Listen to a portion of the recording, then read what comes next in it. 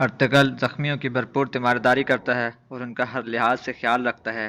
اس پر وہ بوڑھا زخمی کہتا ہے، ارطغرل صاحب، آپ نے ہماری جانیں بچا کر احسان کیا ہے، یہ آپ کا ہمارے پر قرض رہا۔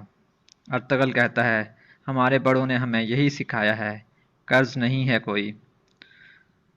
آپ تو یہ بھی نہیں جانتے وہ لوگ کون تھے اور ہم کون ہیں۔ بغیر جان پہچان کے کسی کی مدد کرنا اللہ کے نیک بندوں کی نشانی ہے۔ ارطغرل کہتا ہے، استغفر اللہ، میں چلتا ہوں، آپ کو کسی چیز کی ضرورت ہو تو فوراً بتائیے گا، ابھی آپ کو آرام کی ضرورت ہے، آپ آرام کریں۔ تب وہ بوڑھا اپنی بیٹی حلیمہ سے کہتا ہے، ہمیں بہت جلد یہاں سے نکلنا چاہیے، جلد از جلد سواری کا انتظام کرو، مگر کسی کو خبر نہ ہو اس بات کی، اس کے علاوہ کوئی راستہ نہیں، ہمارا کچھ دن اور یہاں قیام کرنا کائی قبیلے کے لیے نقصان دہ ثابت نہ ہو کہیں۔ گندوگدو بہت خوش ہے اور اپنی بیوی سلجان سے کہتا ہے کہ ہو سکتا ہے مجھے حلب جانا پڑے، تم تیاری کرو میرے جانے کی۔ بیوی اسے سمجھاتی ہے کہ سلیمان شاہ نے ابھی تو تمہارا نام نہیں لیا اور تم دل ہی دل میں اتنے خوش ہو رہے ہو۔ گندوگدو کہتا ہے، حلب جانے کی تجویز میں نے دی تھی، میرے علاوہ کون جائے گا، صبح صبح مجھے پریشان مت کرو۔ سلجان، ٹھیک ہے، نہیں کرتی پریشان، لیکن جب تمہیں پتہ چلے گا کہ تم حلب نہیں جا رہے تو تمہیں کتنا صدمہ پہنچے گا۔ گندوگدو، ہمیں اچھے کی امید رکھنی چاہیے، اور کون جائے گا میرے علاوہ؟ ان دونوں کی نوک جھوک چل رہی ہوتی ہے کہ اتنے میں سلیمان شاہ کا بلاوا آتا ہے۔ گندوگدو خوش ہو کر، انشاءاللہ انشاءاللہ اچھی خبر ہوگی۔ سلیمان شاہ کے خیمے میں جب گندوگدو پہنچتا ہے تو ارطغرل بھی وہاں پہلے سے موجود ہوتا ہے۔ سلیمان شاہ، میں نے فیصلہ کیا ہے کہ حلب ارطغرل جائے گا ہمارا سفیر بن کر۔ گندوگدو یہ سن کر طیش میں آ جاتا ہے اور دونوں کو گھورتے ہوئے جانے لگتا ہے کہ اتنے میں سلیمان شاہ اسے واپس بلاتے ہیں اور ارطغرل کو کہتے ہیں، تم سفر کی تیاری کرو اور الیاس کو بھی اطلاع کر دو، وہ بھی تمہارے ساتھ جائے گا۔ ارطغرل نہایت فرما برداری سے سینے پر ہاتھ رکھ کر سر جھکائے جی کہتا ہے اور الٹے پاؤں خیمے سے باہر چلا جاتا ہے۔ گندوگدو شدید غصے میں کھڑا سب دیکھ رہا ہے اور سوچ رہا ہے کہ ولی عہد تو میں ہوں، تجویز میں نے دی تھی، تو بابا نے کیوں ارطغرل کو بھیج دیا؟ اور پھر بھرے ہوئے الفاظ میں سلیمان شاہ سے کہتا ہے، حلب جانے کی صلاح میں نے دی تھی، العزیز کو سپاہیوں کی ضرورت ہے، میں نے آپ کو بتایا تھا، ایسا کیوں کیا آپ نے بابا؟ سلیمان شاہ اٹھ کر کھڑے ہوتے ہیں اور گندوگدو کے پاس آ کر کہتے ہیں، تمہیں میرا فیصلہ غلط لگ رہا ہے، لیکن تم سے زیادہ موقع کی نزاکت کو میں جانتا ہوں۔ گندوگدو غصے میں آ کر، بابا، اگر آپ موقع کی نزاکت کو جانتے تو یہ سب نہ ہوتا، قحط نے سب کچھ تباہ کر کے رکھ دیا ہے اور یہ آپ کے غلط فیصلوں کی وجہ سے ہوا ہے بابا۔ سلیمان شاہ غصے میں، حد میں رہو اپنی۔ گندوگدو، اب آپ بوڑھے ہو چکے ہیں بابا، اور یہ بڑھاپا آپ کے ساتھ ساتھ ہماری بھی کمزوری بن چکا ہے۔ سلیمان شاہ نہایت غصے اور جوش میں آ کر اسے ایک تھپڑ رسید کرتے ہیں۔ گندوگدو تھپڑ کھا کر بغیر کچھ بولے غصے میں خیمہ سے نکل جاتا ہے۔ راستے میں ارطغرل اسے روکتا ہے، مگر وہ اب رکنے والا کہاں تھا، سیدھا اپنے خیمے میں جا کر جوش اور غصہ سے سامان اور برتنوں کو گرانے لگ گیا، کپڑے اٹھا اٹھا کر پھینکے جا رہا ہے۔ اس کی بیوی اسے پوچھتی ہے کہ کیا ہوا، کیا ہوا، رکیے رکیے۔ کچھ دیر بعد جب اس کا جوش کچھ کم ہوا تو بیوی کے پوچھنے پر بتاتا ہے کہ ارطغرل کو بھیجا ہے۔ سلجان، میں نے تمہیں سمجھایا بھی تھا۔ اور پھر کہتی ہے، مجھے یقین ہے یہ سب تمہاری ماں کا کیا دھرا ہے۔ تب وہ اسے مشورہ دیتی ہے کہ تم اپنے سپاہی تیار کرو۔ گندوگدو بھی کہتا ہے، اب کچھ کرنا ہوگا تاکہ یہ جان سکیں کہ کون ہوں میں۔ سلجان، تم اپنے سپاہی تیار کرو، دیکھنا جب تمہارا نامراد بھائی حلب سے ناکام ہو کر خالی ہاتھ لوٹے گا تو انہیں اپنی غلطی کا احساس ہو جائے گا اور تمہاری جیت ہوگی۔ تمہیں بابا کی جگہ بیٹھنا ہوگا، یہ بات یاد رکھنا۔ انہوں نے اپنی چالیں چلنا شروع کر دیں کہ اب ان کو سبق سکھانا ہوگا۔ ادھر ارطغرل جب گندوگدو کو غصے سے جاتے دیکھ رہا تھا اور اس کے روکنے پر وہ اسے دھتکارتا ہوا چلا گیا تو ارطغرل سمجھ گیا کہ معاملہ گڑبڑ ہے۔ وہ سیدھا بابا کے پاس جاتا ہے۔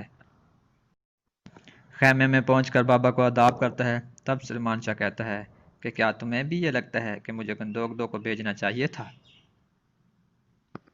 ارطغرل: جی ہاں، اسے اس کام کا تجربہ بھی ہے۔ سلیمان شاہ: اس کی عقل پر پردہ پڑ گیا ہے، خود غرضی کی آگ میں جل رہا ہے اور مجھے آگ بجھانا آتی ہے۔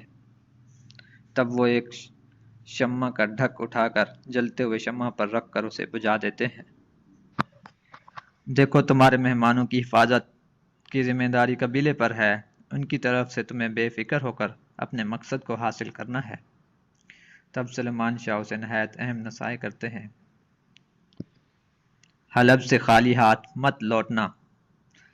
کائی قبیلے کی عزت کی ذمہ داری تمہارے کاندھوں پر ہے۔ تمہاری ناکامی قبیلے کی ناکامی ہے۔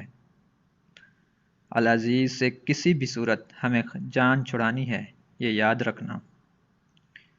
اور اس کے لیے ہم بڑی سے بڑی قربانی کے لیے تیار ہیں، مگر یاد رہے اپنے دین کی عزت اور ناموس کا سودا ہمیں کسی بھی قیمت پر منظور نہیں ہوگا۔ اپنے دین کو ہمیشہ سر بلند رکھنا۔ دکھا دو انہیں کہ ایک سچا مسلمان اپنے مذہب کا پاسدار ہوتا ہے۔ اللہ حامی و ناصر ہو میرے بیٹے۔ ارطغرل: آپ نے شرف بخشا ہے مجھے منتخب کر کے، دعا کیجئے گا کامیاب لوٹوں۔ ارطغرل اپنے جان بازوں کو اور الیاس کو حلب جانے کی تیاری کا کہتا ہے۔ ادھر صلیبی قلعے میں ایلانورا کمانڈر تیتوس سے اس کے بھائی بسول کے قتل کا افسوس کرتی ہے، اور جواب میں تیتوس کہتا ہے، تم دکھ سمجھ سکتی ہو ایلانورا، کیونکہ تمہارے باپ کا قاتل بھی مسلمان ہی تھا۔ تیتوس گھوڑے پر سوار ہو کر اپنے مشن پر روانہ ہوتا ہے۔ استاد اعظم: تیتوس کے دل میں لگی انتقام کی آگ ہمارے مقصد کے حصول کے لیے بہت فائدہ مند ثابت ہوگی۔ انتقام تیتوس لے گا اور فائدہ ہمیں ہوگا۔ دیکھنا تم ایلانورا، اس طرح ہم اپنے ہدف سے اور بھی قریب ہو جائیں گے۔ بسول کی موت کتنی سود مند ثابت ہوگی۔ خداوند بسول کے معاف فرماوے۔ چال باز اور مطلبی لالچی کردوغلو کراتویگر کے پاس قیدیوں کا معاملہ حل کروانے کے لیے چند تحفے اور سلیمان شاہ کی طرف سے پیغام لے کر جاتا ہے۔ تحفے دیکھ کر کراتویگر غرور میں آ کر کہتا ہے، یہ تحفے بیچ کر لگتا ہے سلیمان شاہ اپنی غلطی کا ازالہ کرنا چاہتا ہے۔ کردوغلو: ہمارے امیر سلجوقوں کا احترام کرتے ہیں، مگر تمہارا مسئلہ صرف میں حل کر سکتا ہوں کراتویگر غصہ میں آ کر، تمہیں دی گئی مہلت کل صبح تک ختم ہو جائے گی کردوغلو، اور اس کے بعد سلجوقوں کا غصہ قہر بن کر تمہارے پورے قبیلے کو راکھ کر دے گا۔ کردوغلو: تم بھی اسی راکھ کا حصہ بنو گے کراتویگر غصہ میں تحفہ دی گئی چھڑی پھٹک کر کہتا ہے، تمہاری اتنی جرت!